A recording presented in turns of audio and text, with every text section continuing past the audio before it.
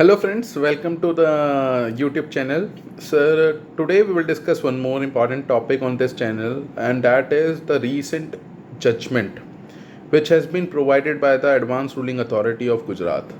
Sir एक recently advance ruling आई है गुजरात से जिसने वापस से सारे के सारे रजिस्टर्ड पर्सन और अनरजिस्टर्ड पर्सन को परेशान कर दिया है।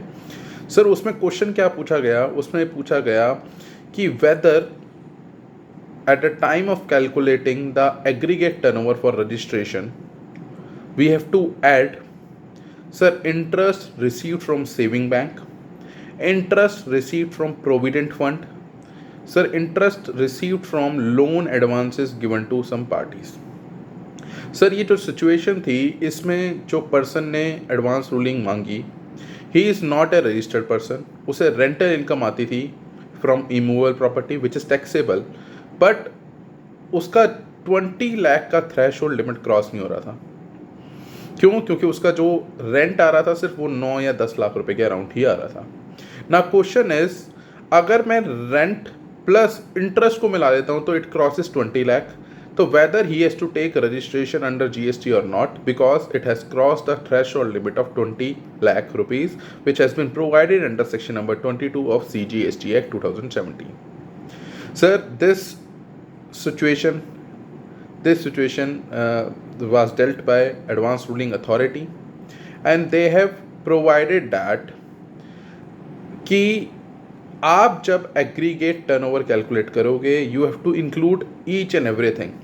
सर ईच एंड एवरीथिंग से what I mean, aggregate turnover include करते वक्त हमें टैक्सेबल टर्नओवर, चाहे इंट्रास्टेट हो चाहे इंटरस्टेट हो, एक्सपोर्ट ऑफ सर्विसेज और गुड्स जो भी होंगे वो ऐड करने हैं, प्लस एग्जेम्प्ट सप्लाई भी we have to add, plus nil rated supply भी we have to add.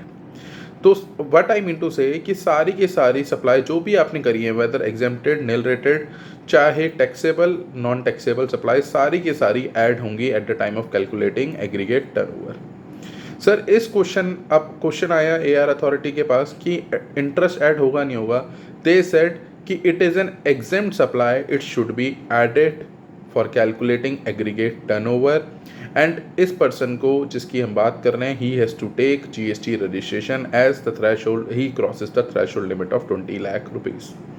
But sir here is the question कि क्या जो उसने PF में पैसा दिया, क्या वो PF में जो उसने पैसा दिया for the sake of the interest, क्या वो उसकी बिजनेस इनकम है? क्या वो उसने बिजनेस के लिए किया? उसने तो वो पर्सनल इन्वेस्टमेंट है, it is their personal investment which has been invested in PF। तो sir we have to add that interest income while calculating aggregate income?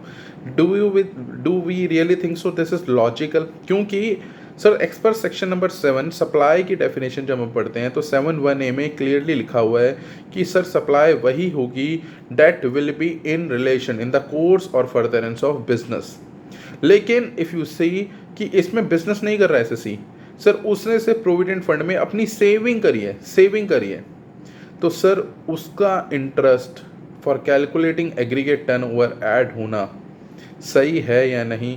This is the question which has been raised by this AAR judgment. I guess CBIC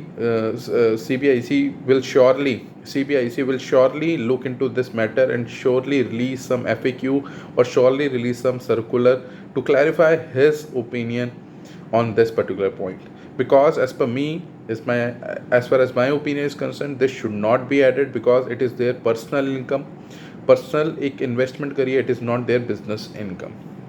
So sir, thank you for watching this video. If you like this video and the AR name, I just wanted to tell the name of the judgment. It's Shri Savai Manohar Lal Rathi, GST AR Gujarat. So if you like this video, kindly do subscribe the channel, and if you have any question you can comment on. Thank you sir, thank you.